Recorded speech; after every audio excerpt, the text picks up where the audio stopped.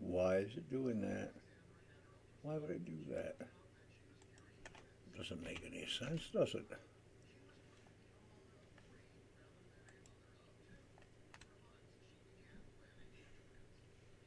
Hi, Link. Time to make an announcement. No, don't get excited yet. Can you hear me okay? Are can you hear me okay? Is the audio good? Put my mic where it belongs. Okay. Let me copy this link and take it over to the Dandy House page.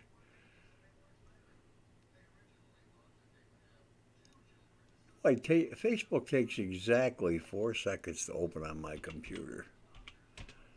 Every time No, Paul, it's not the Sandy House, it's the Dandy House. I typed in Sandy House. Okay, we'll go here. And we will put this. I need to create a post. Am I creating a post as the Dandy House or as me?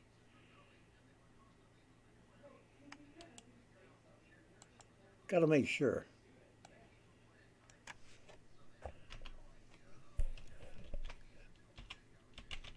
Information on my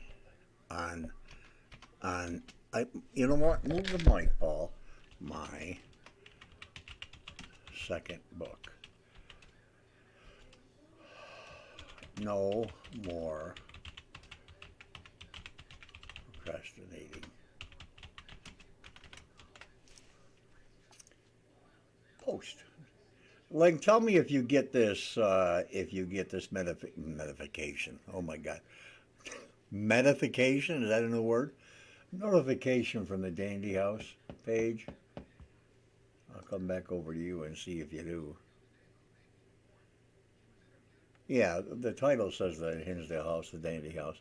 I just want to know if you get a notification from the Dandy House, and for some reason I can't see if I'm posting as me, which I don't want to be, or actually as the Dandy House.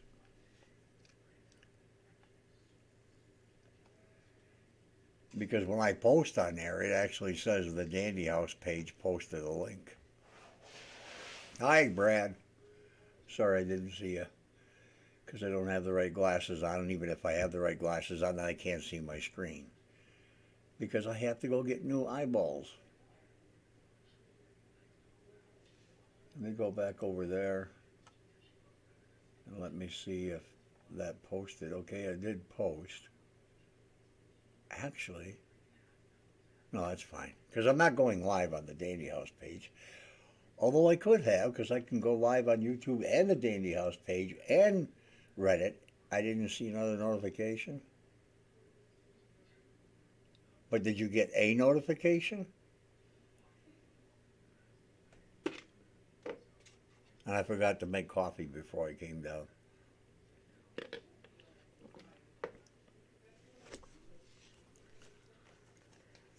Well, this is going to be a video.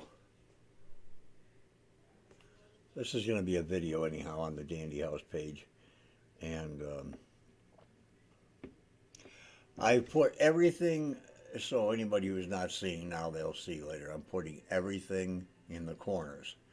I'm putting my gameplay in the corners. I'm putting my coins in the corners. I'm putting the family in the corners.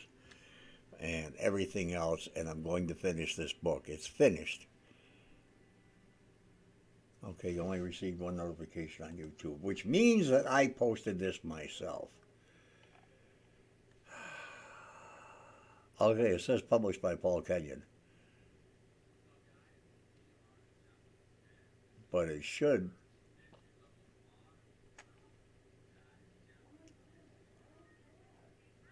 No, it's fine. It's fine. Anybody on the page. Oh my God, I have 21 comments in the inbox. I don't keep up with the page. It makes me mad that I don't. Everything's on hold, Link. I'm going to finish the book. It's no, it's on the Dandy House page. It's there. I just went there. It's yeah, are you even a are you even do you even are you even there? Oh yeah, I'm interacting as the Dandy House. So yeah. Um, how do I invite people in here? It used to be there used to be a thing right there saying invite people to your page. There's already how many? I don't even know how many likes we have. 3,000, 4,000. I don't know. Um, are you on that page? Link on the Dandy House? I'll do it easy. I'll do it real easy. I should have always done this when I was making videos about the Dandy House. There it is. There's the link to Facebook's Dandy House. Brad, if you're still there, I don't think I'm ever gonna get uh, the lights right down here. I've got two lights shining back at the green screen. I've got lights here. I've got a side light over here, and you can still see my camera. I mean the outline of everything. It's horrible. Put searchlights down here maybe. Well, anyhow, I'll just say what I'm going to say, and then I'm going to stay live, and I'm not going to interact with anybody because I'm going to open my book on this monitor. I'm going to keep YouTube on this monitor. On the other monitor, I'm going to just leave for notifications from where I keep getting notifications now here. I'm going to stick a Facebook page over there, a YouTube page over there, and my other sites I get notifications from all on this page. I'll open a page to that, or on this monitor, I'll open pages to all of those so I can just not be hassled with pages over here, or notifications over here. The book right now, the way I see it, the way I've edited it, the way I think it's going to be, is around 268 pages. And I may add, that's my problem, I add. It was well over the size of my first book, You Know They're Here. It probably would have been 700 and, conservatively 730 pages. I'm not going to publish a book that big. And I can't really, thanks Brad. I could, you know, publish several different books, make it a series, as it were, with all the stuff that has gone on in my circle up there with Tina and her family and the people that we've taken to the house. And hang on a second, guys. I'm going to still on this monitor. Well, that's all right. Where's Dan Class? I just got through talking to him, and he's not on here. He is. Okay, I talked to Dan Class at 2:27 p.m. No, I didn't. That's when he last sent me a message. I talked to him on my phone, sorry.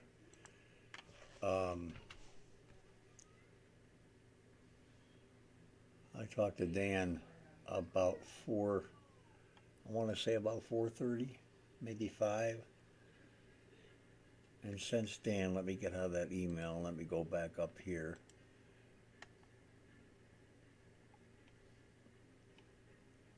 Since talking to Dan about 4:30, I'll just say 4:30. I've gotten about 100, say 90 emails or messages from Messenger. Okay. Thanks, Lig. The book's going to be, as it sits right now, about 260 pages. I think that's an easier read. Of course, I'm going to leave out, I'm going to be omitting an awful lot of stuff, but I'm going to try and I'm not, I'm at the point right now where I'm so mad at how this book was written, how I've edited it, how I've re-edited it over, oh my God, 24 times. It needs to get out. don't know how much longer I'm going to be around, so I want to get it out while all those things happen and everybody can hear them, instead of the typical hearsay. Do you know what happened to Paul this night? There are lots of. I'm going to try and keep it so it's not on a personal level. With all the stuff I put in my first book, a lot of people love that stuff. They like the history of Olean, what I was doing in my life and everything. But this is about the Dandy House, and that's it, the Hinsdale House. But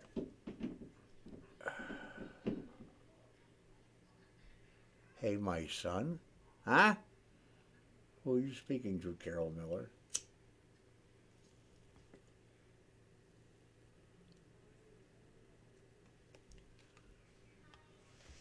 I've gotten more involved with the house lately for Dan. People have been stuffing really hard like that.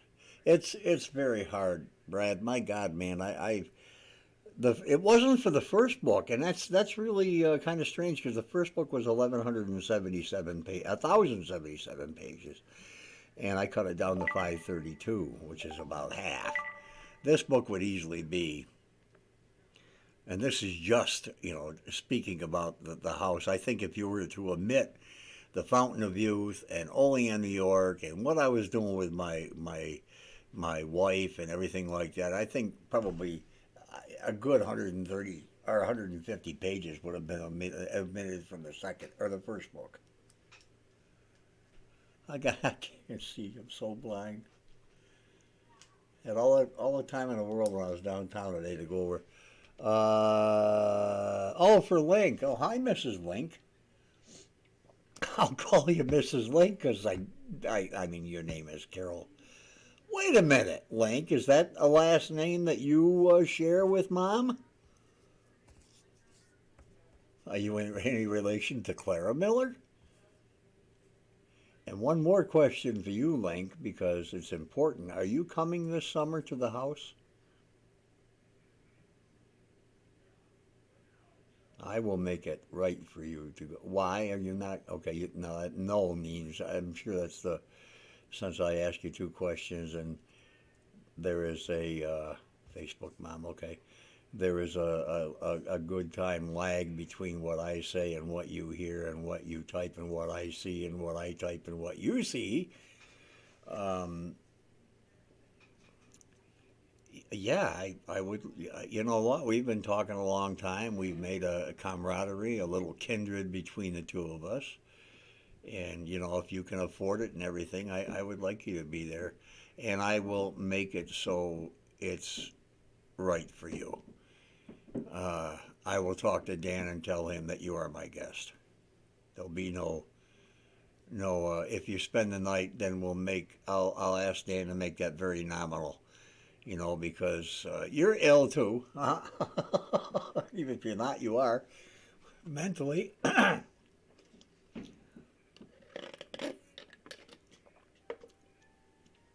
don't know what's going on with me, with the house, but it seems like, can I say it's almost like the feeling of the 70s again? And I don't know why, because I go up there all the time. You know how many times I go up there with Tina, and we just hang out, And the majority of time, it's quiet, it's peaceful, and we love the property, the house. I put this old picture of the house up there. It's not fair to Dan because the place looks beautiful right now. This is all the screened-in porch here. There's a door now, a storm door, and it's got storm windows in there. A new roof. It's got a beautiful dock out back, and I'm losing my voice already.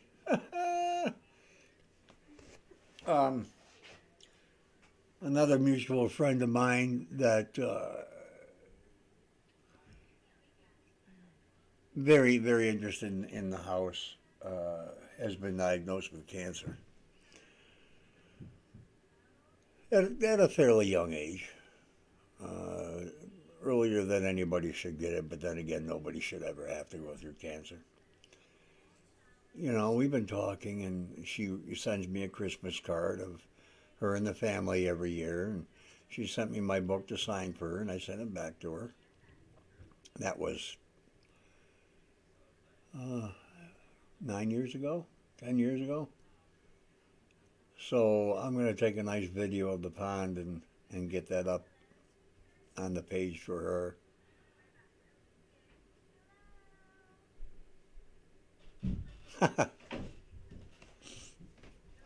Yeah, I thought about splitting it, Link, and making like maybe 4 installments of the book. My problem is, because I'm not a professional writer, my problem is I start writing and I go off on a tangent. And I tell my fingers, don't say anything else till I can think, but they keep on going. Uh, I can't I can't seem to condense my thoughts, and I can't seem to condense what I need to put in a story. I mean, I'm not trying to make an impact by making the story longer. Hi, Marty. I'm just trying to get, I'm trying to convey to the readers what's happening. And every time I go to look at this, every time I open the book, and I got to tell you something, I had a hard drive crash. I dropped a 2 terabyte hard drive and it won't come on again. And all of my writings are on that hard drive and it wouldn't start. And thank God I found, um, yeah, thank God I found and lost the flash drive with the backup copies of all my books. Because I've got a book I call Grocery, a story I call Grocery, because I don't know what to call it. So when I open it, I know what to open is that book. I have one called The Lawyer, and that I know when I open The Lawyer, I know what book I'm talking about. I have one called The Woods, because it looked like a homeless person, and my eyes locked together as we were heading down a freeway to Gettysburg, Pennsylvania. I was in the back of a van. I was, just watching the scenery go by, and there was a man standing in the forest, and he looked like he'd been standing there a long, long time, and our eyes locked, and immediately I got a story for a book, and that's almost done. Grocery, I started writing 2 weeks after I wrote You Know They're Here, published You Know They're Here. And it's still on my computer. Of course, I went with a haunting. Even in my which made my brother mad, I had a series called Cold Secrets and Cleaning the Slate. Those 2 books, Cold Secrets and Cleaning the Slate, are in a series. I never wrote book 3. I never continued with the series. I don't know why. Because I'm not a writer. Uh, Heart of Darkness was recommended, the title was recommended by my nephew, and never did my brain and my schooling click and say, Heart of Darkness is a Joseph Conrad book. Why would you name your book after a very, very prominent book? So, I named it, published it, and thought, holy cow, what did I just do? So, but that's about the serial killer, and I think that book is certainly liked by women. My God, women love that book, and it's terrible. Okay, okay, Marty's on here, right? Link, book 1 was incredible. I don't think so, Link. I think it was just, it was no different than you sitting here listening to me talk, because that's all I did. I was talking in the book, and I appreciate the compliment, but the editing was horrible. The punctuation was horrible. Jonathan, who is a school teacher and a very intelligent school teacher, Brad knows Jonathan well. He read my book and says he doesn't see that much punctuation problem. And Brad, I mean Jonathan, I was kind of hoping he'd get on here. He forwarded me the prologue of You Know They're Here. I asked him to read it for me as an Audible book, and How I'm putting the pressure on him. It's a big task to read a book, to make it an audible. And his voice is excellent. I just think, Brad, I don't think you've ever heard what he did. I'm gonna have to forward it to you with his permission. I don't think he'll get mad. I know he won't get mad. He would never get mad.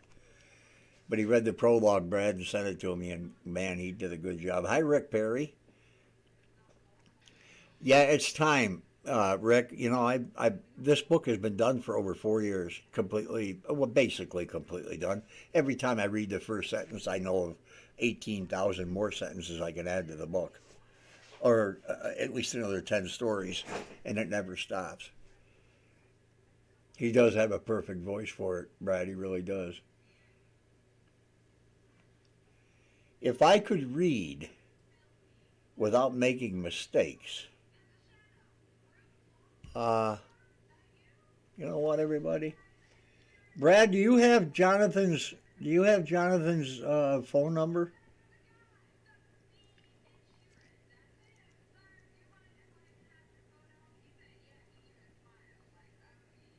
Him sending me that prologue, whether he were to continue with the book or not, has been pushing me to not fool around and get this book out to everybody.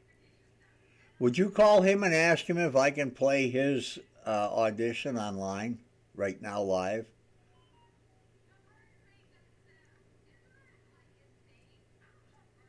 I would never do it without his permission. And if he says no, I certainly tell him I would never get upset.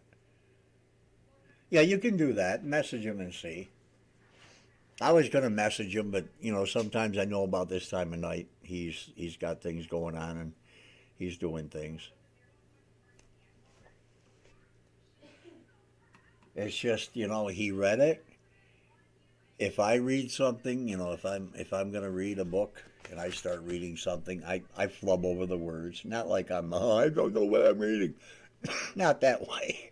But I flub over the words, and I have a tendency of reading way too fast, way too fast. So Jonathan's voice is it's just good. It's just with earphones on, it would enthrall you. He would take you into the story and keep you there. So I want to see what Jonathan might say as to me playing it on here. I think I can do it as yeah, I can just do it as an audible straight through OBS, and it'll come out as clear as a bell, and I'll shut my mic off so there's no interference. I just watch myself look around like, what am I looking at? What am I looking up there for? That has nothing to do with sound. My speakers are down below. My subwoofer's up there. Link, I hate you more than you know for doing that. And I don't want you to come to Hinsdale now because I'll just hand you a $20 bill if you do anyhow. Thank you for that. And I'll say thank you for YouTube too because they take quite a bit of that money. Like they don't make any money. And I don't care I'll say bad things about YouTube. Kick me off my channel. I don't care. Everybody's got an opinion. Well, some of us do, Link. Did you see the fly? Did you see it?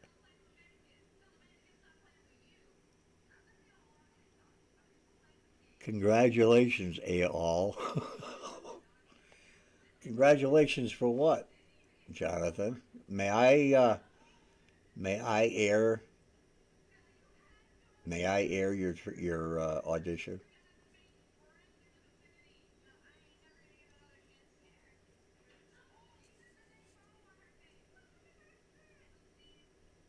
Well, it's been done for 4 years, Jonathan. I just haven't published it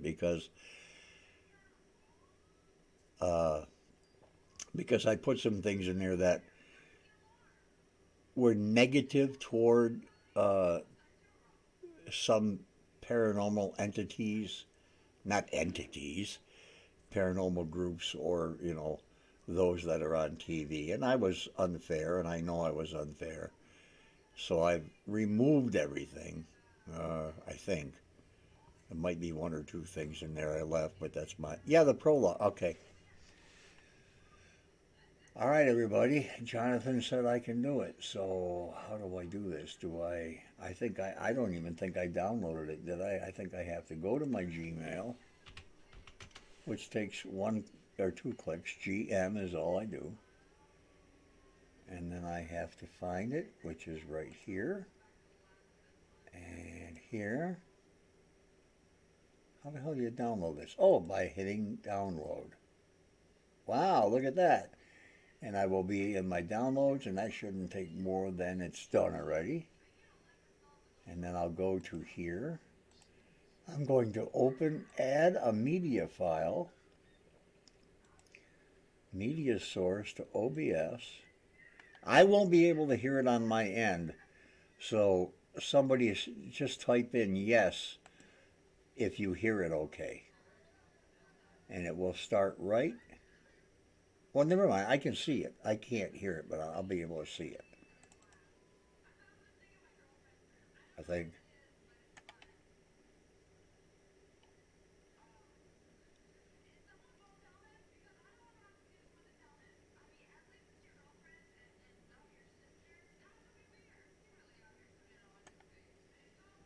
It's not playing. I can see that it's not playing. Wait.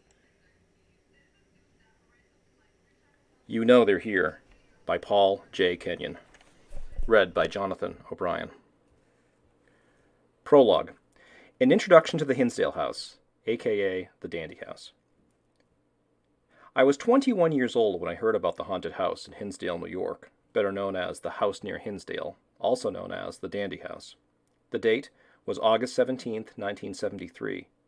For more than a year from that day, I would be involved in something most people only hear or read about, and generally wouldn't want to be involved with. At first, it was just noises or movement seen from the corner of the eye, or the hearing the voice of a young lady when there are no females present. You might observe one of the family's pets playfully catching a toss.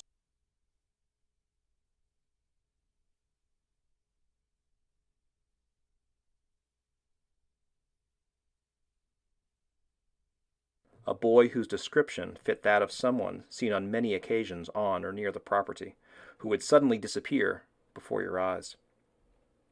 Many of the usual signs were present, from cold spots appearing out of nowhere and the sudden turning on of burners in the kitchen stove with no human intervention, to the jiggling of doorknobs by unseen hands and the insertion of a letter opener into a picture of a family member. From overpowering odors and unusual vehicle breakdowns that made mechanics shake their heads in amazement, to chanting heard coming from the hillside, and a picture taken on the property and authenticated by the American Psychic Society as being that of a spirit. When one breaks all of this down and examines the reality of it all, there's one thing missing: a definitive explanation. What was the reason for all these things happening was the question most who were involved asked at one time or another. There were many explanations offered by psychics, mediums, ghost hunters, and clergy, not to mention those who wanted a piece of the paranormal action surrounding this quaint, rural farmhouse. Some offered stones to bury in the yard for protection from the spirits. Some offered God and spiritual help. Others offered home remedies, those used to ward off vampires and witches. Nonetheless, something was very wrong, maybe sinister or evil. The situation was most likely supernatural. The family members were not kooks or attention-getters. They were not out to make a fast buck on their story. They were just like you and me, with the same worries about finance, health, family, and their future. The parents worked hard to raise their children, and their children worked hard at school to make their parents proud. They conformed to the usual standard. Playing games, enjoying picnics, and visiting relatives, they initially moved to this quiet country location because they had grown tired of the hustle and bustle of the city. When their story hit the newsstands, they were scoffed at by some, supported by others, and harassed by many. People by the score searched the Hinsdale countryside, looking for the house. Within hours of the story surfacing, there was an uncountable number of vehicles congesting the winding country roads for many days to come. Some made the drive from as far as 100 miles away. Neither the address nor the name of the family was given in newspaper accounts, yet people, persistent and determined to see a ghost, found their way to this off-the-beaten-path farmhouse. I was given explicit directions, and still, it took my driving twice up a back country road to locate it. It probably would have been easier if I had followed the flow of traffic. It seems we, as a society, become defensive against something we do not understand. We become judges, oftentimes judging harshly, even to the point of being cruel. Several curious people went out of their way to find the hidden farmhouse tucked deep into the countryside from the main roads, only to harass and curse the family. The Dandy family soon became my very dear friends, and I had become one of their willing protectors from those who were hell-bent on making their lives miserable by harassing and threatening. There were even some who had an altogether altered agenda to frighten the family beyond anyone's comprehension. At first, my reasons for visiting the house were no different than most: curiosity, wanting to know if what they were saying were true, maybe to see some proof of life after death. In short time, I became so involved with the house, and with Father Alphonsus Trebold, OFM, a Franciscan friar, that I all but took up residence. What happened surrounding the Hinsdale, New York farmhouse remains to be definitively explained. The conclusion of these disturbances has not yet been fully determined, although many have given several opinions. While reading, I hope you will keep an open mind. I imagine you have, if you've read this far. This book is lovingly dedicated to my dear and missed friend, Father Alphonsus Trebold, OFM, 1925 to 2005.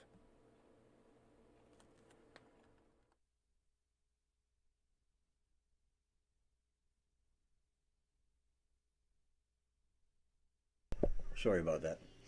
I agree with Brad. 100. I got a little weepy there.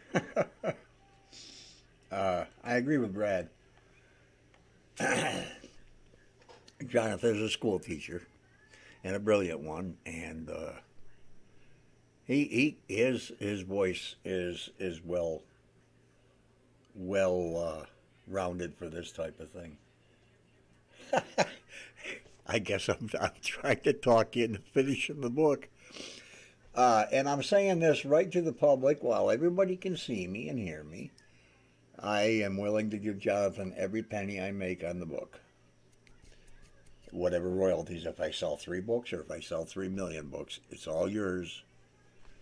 That's how much I want the book to be an audible. Unless you want to wait for the second book, it's going to be a hell of a lot shorter. And I am going to be very diligent in getting it done real quick. It's going to take some time, maybe another month, something like that. But it'll be done. It'll definitely be done this time, guaranteed, before Christmas. If I last that long, I don't mean to be facetious, but I'm old and my health is ill. Because I don't know how to take care of myself. But I did get kind of I think I got a grade B. I got maybe a B minus from my doctor yesterday, so maybe things will be okay. I'm going to get on this tonight, and I'm going to stay with it. You know, book 1, 1,077 pages took me 3 months to write. It took me another, I think, 3 weeks, not quite 3 weeks, to cut out 500 pages. And the 500 pages, I still, somewhere, I'm pretty sure I still have them too on a flash drive. There were some important things in there, but it was not all that crazy enough to really stick in there. I don't know, Brad. You know, books, Audible is a good way to go. It seems to be that people are buying more Audible books. And, you know, I've listened to many, and they take you off to where that place is. You know, you can read a book, and if it's interesting enough that you can dive into it and read it and really get into it, it takes you to a place. But when it submerges you so deeply into a story when you're listening to someone tell it to you. And Jonathan has a smooth, calming voice. He doesn't speak too fast. He doesn't speak too slow. I really ought to get that woman, the one that made me chuckle so hard. Actually, it made me say dirty words, too, because, if you know what I mean, like, that kind of way. But I showed Jonathan how she read the other night when we were doing our coin roll hunt, and she sent me an audition on Heart of Darkness. I got a lot of auditions for that book, but it has to be a female because, well, it has to be a female. I won't divulge. I don't want to give no spoilers. But Brad, the woman read like this: "What I did was I went down the street and I saw my friend. Why did I go, I wondered." And I thought, what the heck? What am I listening to here? And she gave 3 minutes of talking like that. And I literally had to run to the bathroom because I was laughing so hard. And I don't mean to be rude, but some things you just aren't made to do. I'm sure as hell couldn't read an audible book. Well, you don't read audible books, Paul. You listen to them. I bought some garden gloves for my game playing because my thumb is a disaster. There, I segued into a new story. I just figured I'd come on here and ramble. Actually, what I was going to do was, while I was editing, I was going to stay live, but that would be kind of silly. No, I could never do it, Brad. There's no way. I do have a young girl, and check this out. She's legally blind.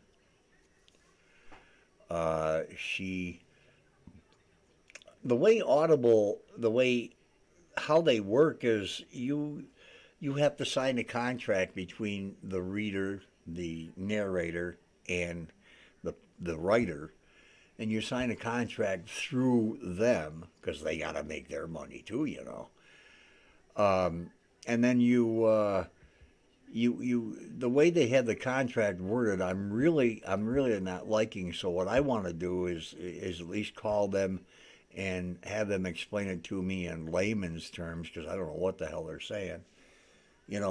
I wanted to give Jonathan, initially I figured 65% to him. I'll take 30. Well, then let them have their percentage, which I think is like 12 or 13. My God, that's really cheap when you consider the paperback of my book is $16.95 on Amazon. That's not my price.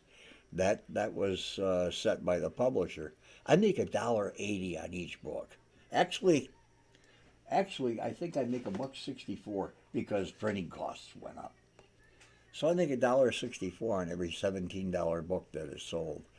Now, if I take control of my book and I put it through Kindle Direct Publishing, I can lower the price of that book to around, I think where I had it, 532 pages for the size that it is, the paper size, the print size. I think I can get it down to from $16.95 to right at $11 even, and I'll still make $2 a piece.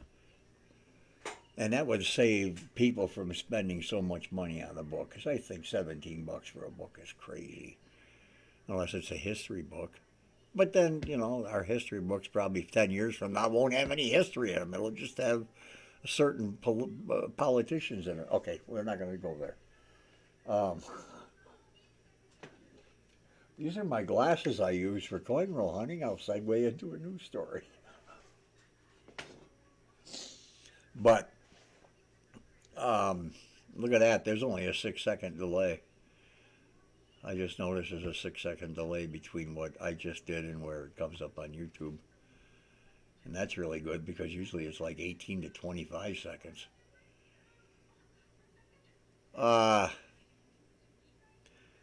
One thing that bothers me about writing is I've met at least, conservatively again, 3 dozen groups that I've let into the house that I've got on film with as I told them stories.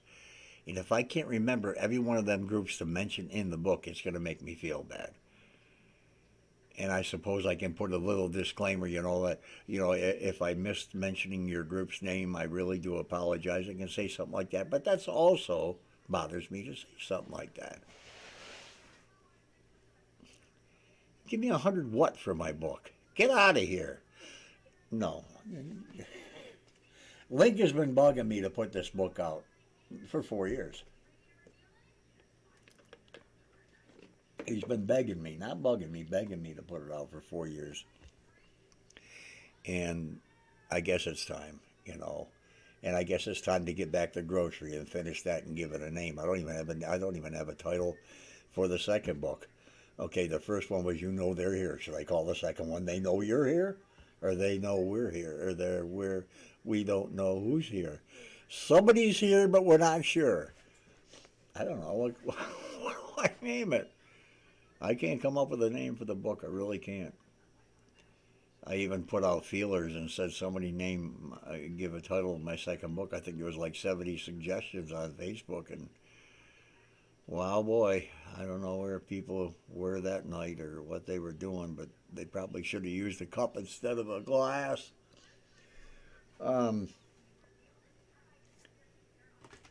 Hey, Brad and Jonathan, did I ever show you my really messed up? Yeah, I did. My messed up stickers.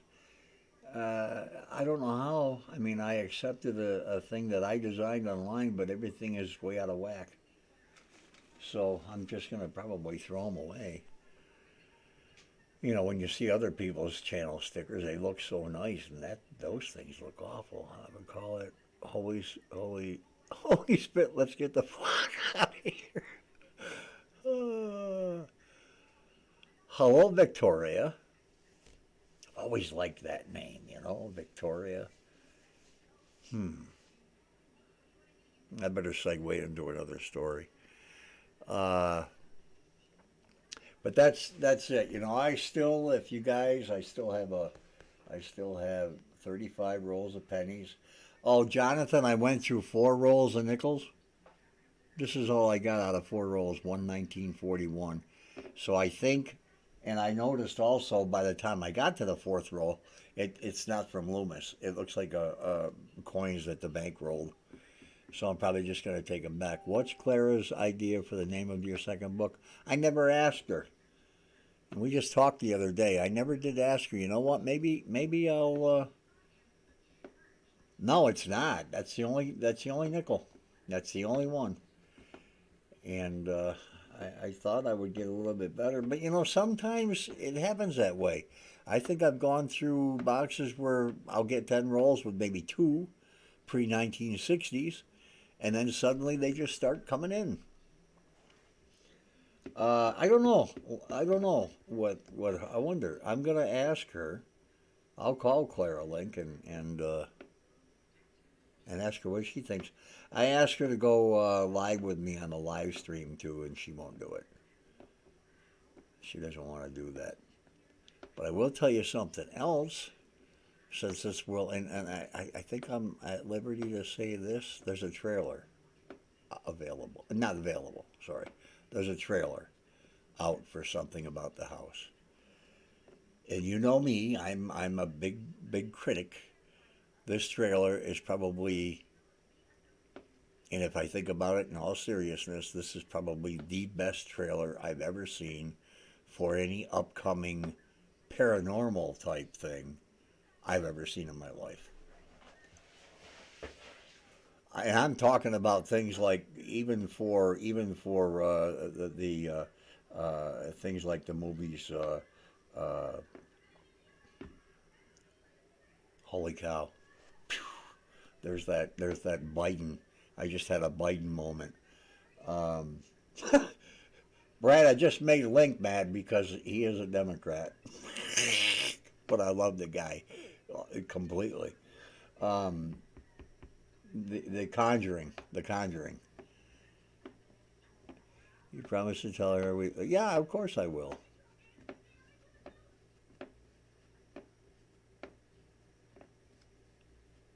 Yeah, that's true. Brad, if you were to go into this house behind me, maybe not the first time, maybe not the second time, but you would have an encounter. Brad, and we won't hold against Link that he is a Democrat. You got to remember, I was a Democrat until 4 years ago, 5 years ago, all my life. At least that's what I was registered as.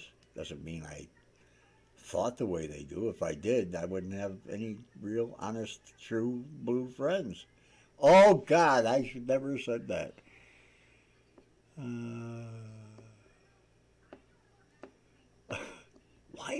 why is my camera background getting lighter? You can see. Look at this. Well, I can't see because I'm behind.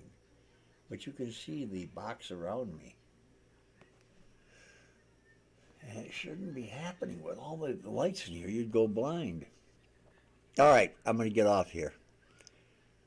And I've already had my phone buzzing over here. I know they want me to play Wreckfest tonight, but the book comes first. Hinsdale's on your bucket list? Well, get out here before I kick the bucket. Hey, that was almost ironic. It's hard to know.